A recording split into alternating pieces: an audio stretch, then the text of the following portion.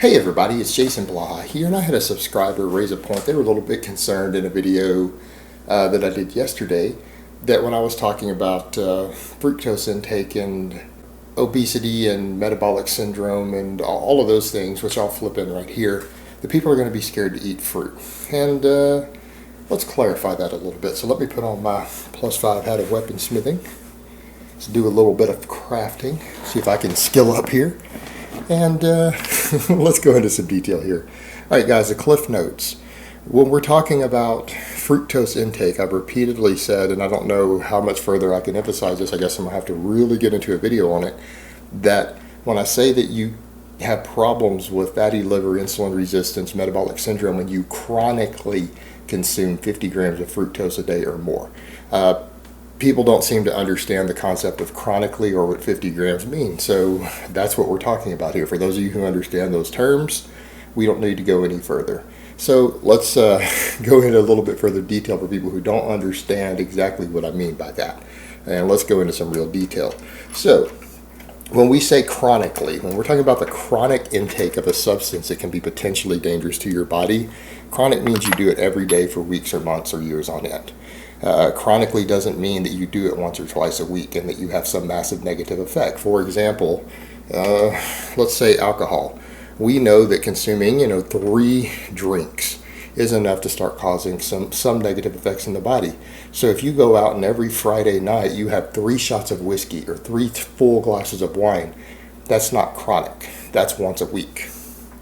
Chronically would mean that you go in and you do that every night. That before bed you have 3 shots of tequila or 3 shots of rye whiskey or bourbon every single night, 7 nights a week for 6 months straight. That's what chronic means. So when people talk about, oh no, I'm scared, I ate a giant pile of bananas, I ate 40 bananas today. Well, why you want to eat 40 bananas in one day is beyond me, or 30 bananas is beyond me. But are you doing it every day for 6 months straight, or is it something you do every Friday night?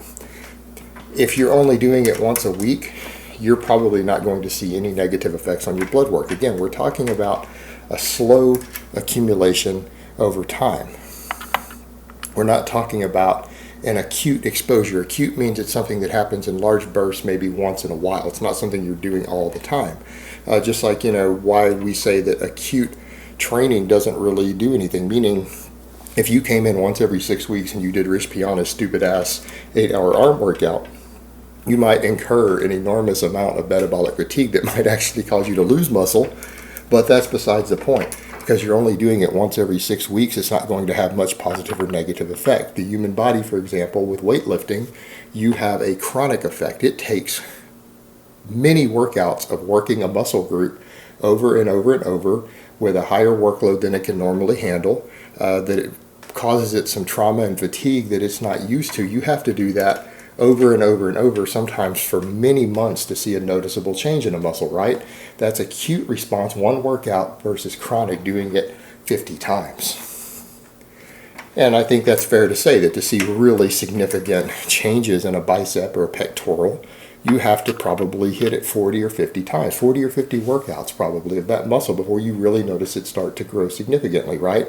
It's a chronic effect. Well, it's the same thing with alcohol in the liver, with fructose in the liver. It has to be chronic. It has to be long-term, something that you do over and over and over before you see the positive or the negative effect usually.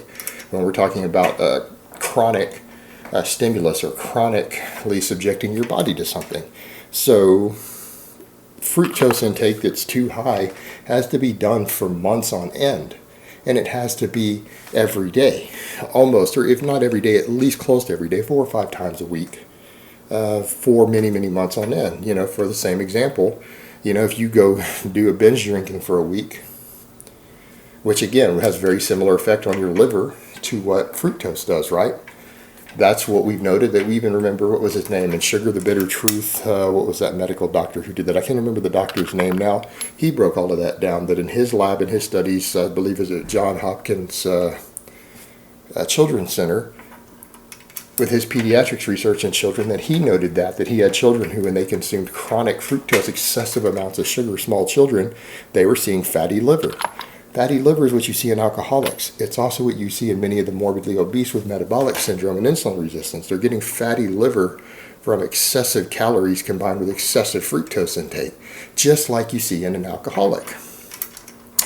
So again, we're talking about something they've done over the long term. If you go on a bender for a whole week, your blood work might look terrible the next week, but you know what? If you stop drinking alcohol 2 weeks later, you're going to be back to normal. You're not going to do that much damage in 1 week of just excessive intake. It's not going to have a long-lasting effect. You're not going to develop fatty liver from that, even as an alcoholic. You're going to see some elevated liver enzymes.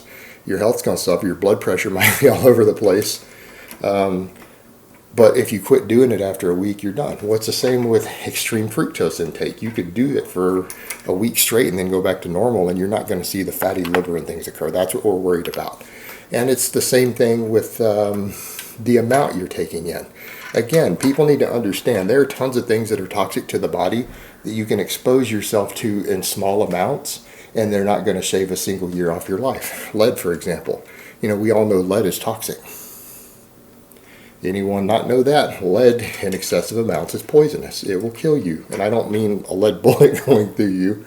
That'll kill you too. But consuming or ingesting lead, or too much lead getting into your bloodstream through exposure, is toxic. But you know what? We're all exposed to lead. Did you know there's trace amounts of lead in most of the foods you eat?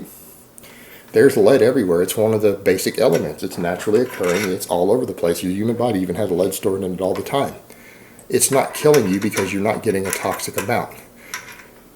Same thing with alcohol. Have you ever heard of anyone dying or getting fatty liver from having one drink 3 times a week? Or let's say people who have a glass of wine before bed every night. That is not enough alcohol to cause a problem. 3 or 4 shots every night will of whiskey, but 1 glass of wine or 1 beer doesn't have a toxic enough effect that your body can't handle it. Your body is very, very good, particularly your liver, at removing toxins from your body, as long as they're within the limits of what the liver can handle.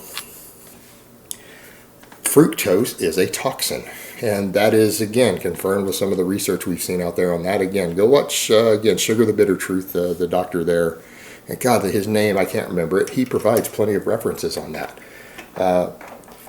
We know fructose is toxic to the liver. It's not a natural sugar that, well, it is a natural sugar. It's not a sugar the human body is really set up to process fully, but we can process it. And if you're only taking in 10 or 20 grams a day, you don't see any negative effects. And that's what people need to grasp. When we're talking about the negative effects of fructose, we're talking about excessive intake. If you stay under that excessive intake, it's not harmful. You know, that's, again, so people say, well, I don't want to eat fruit or any sugary products at all that have any sugar in them, even natural sugars, because it's got fructose. Yeah, that's fine. But, you know, you're also like saying, well, I don't want to eat anything that has lead in it. Well, good luck. Everything you eat has lead in it. It's just not enough of it to harm your body unless it's, again, got an excessive amount. It's the same with fructose. You can handle small amounts of fructose. And so eating a few pieces of fruit every day isn't going to have enough fructose in it to cause you problems. And in fact, the pros of eating a few pieces of fruit every day versus the cons of maybe replacing it with something else if you need the nutrients in the fruit is doesn't outweigh it. Meaning you might be better off eating that couple pieces of fruit. So what if it's got a couple grams of fructose? We go back to the point that 50 grams of fructose a day. Now to put that in perspective with table sugar is 50% fructose, 50% glucose, right? That's what's in it. High fructose corn syrup is 55% fructose, 50 or 45% glucose. Well, how much of those do you need to consume? Well, till you get to 50 grams. So if table sugar is half fructose, 100 grams of actual sugar, like of calories of carbs, 100 grams of carbs from table sugar has 50 grams of fructose. I don't know what that is in tablespoons. What's a tablespoon? About 14 grams of sugar. So you're going to need something like, 7 or 8 spoons of table sugar per day to reach that 50 grams of fructose. Now, a lot of people are like, that's a lot. No one eats that much sugar. Well, they do. You start adding in sodas, people who eat a sugary cereal, they put extra spoons of sugar on it in the morning, and then they have 4 or 5 cans of soda throughout the day. Those people are getting 50 grams of fructose. A person who's not adding table sugar to anything they eat, who maybe eats, some cornflakes in the morning, and oh no, they get 10 grams of fructose from their cornflakes, and they ate 3 or 4 pieces of fruit throughout the day that had 2 or 3 grams.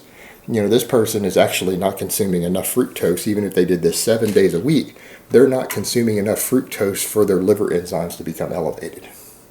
Your liver can handle 20 or 25 grams of fructose just fine, zero problems, no problem at all. It's not something you need to be worried about. It's people who do stupid, crazy, extreme stuff like I'm going to consume 30 bananas a day every day for 6 months straight. Okay, then you might have problems. That's stupidity because, again, you're exceeding the amount of fructose your body can tolerate.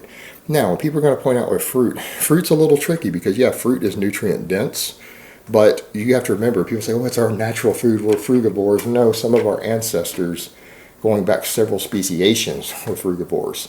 We still kept some of those traits, like our incisors are actually meant to pierce fruit, and I'm going to agree with some of that. That's true. We do have some of the traits of the frugivores still in our body because we came from them. But humans actually handle a much, much more varied diet. In fact, we're actually, if you want to talk about what we are historically or what we speciated from, we're cooked food eaters and cooked meat eaters to a large extent. And I'm not telling anyone to eat an all-meat diet. I don't want anyone to think I'm telling you to go out and eat 3 pounds of cooked meat every day and that's healthy. So please don't take it that way because that would be stupid. Moderation here, guys. Remember, the whole point we're talking about things of what humans naturally seem to do well eating. It doesn't mean that you should take anything to the extreme. That's just like me saying, fruit's okay for you. Doesn't mean that you should run over and consume 30 bananas every day. Okay. Same thing when I say that fructose is bad for you in excess. Doesn't mean that you should avoid all fruit because you're terrified of it. These are extreme stances. Just like when I talk about with humans and what we ate historically for millions of years, doesn't mean you should take some stupid extreme stance. And people have to understand that difference. Stupid extreme stances are just stupid. But what you need to understand, fruit is one of our naturally occurring foods, is fine to eat in whatever amount. Not necessarily. The reason I say that, the fruits that we eat today are not what existed 10,000 years ago. None of the fruits that you eat today, the modern, specially bred varieties that we specially bred to be tastier and have more sugar in them, that's not what you find in nature. So some of your fruits today do have pretty hefty amounts of fructose. And yeah, you don't want to eat 20 pieces of that fruit every day. It is much, much sweeter and has a higher fructose content, dramatically so, maybe 5 times higher, 10 times higher than it had in nature. Because we selectively bred these fruits to be much more sweeter, much more nutritious, and have more calories in them. And those calories, because we've loaded them, bred them to be sweeter, have a lot more fructose than they had in nature, and that does make a big, big difference. So you have to think about that. So no, you don't want to just eat an excessively high fruit diet. You don't want to get 50% of your calories from fruits every day. But even then, unless it's something like cantaloupe or watermelon or something, some of those are actually, you'd have to eat a ton of them to get a weird amount of fructose. Something like a cantaloupe, I want to say you'd have to eat something like 8 cantaloupes or 9 full cantaloupes every day to hit an excessive amount of fructose intake. So stop and think about that for a minute. It's not really a real concern. Most of you guys, trust me, by the time you get to that 4th or 5th cantaloupe every day, by the end of the week, you're going to be so sick of cantaloupe, you're not going to want to look at one. So again, a perfect example of something you could technically push it to the extreme, but you would really have to try hard. It doesn't mean you should be scared of eating a little bit of it. It would be hard to chronically for a month straight get 50 grams of fructose from cantaloupe every day. You're going to be so sick of cantaloupe before you get through the first week, it's not going to happen. So really, guys, worrying a lot about fructose from your fruit, as long as you're not doing some extreme excessive diet, is just silly. In other words, a few pieces of fruit a day isn't going to help you. It's not going to hurt you. It's probably going to help you with your nutrition diversity and getting more vitamins and minerals. All right, guys, but that's really all I have to say on that today. I hope it's been informative, and I will talk to you guys next time.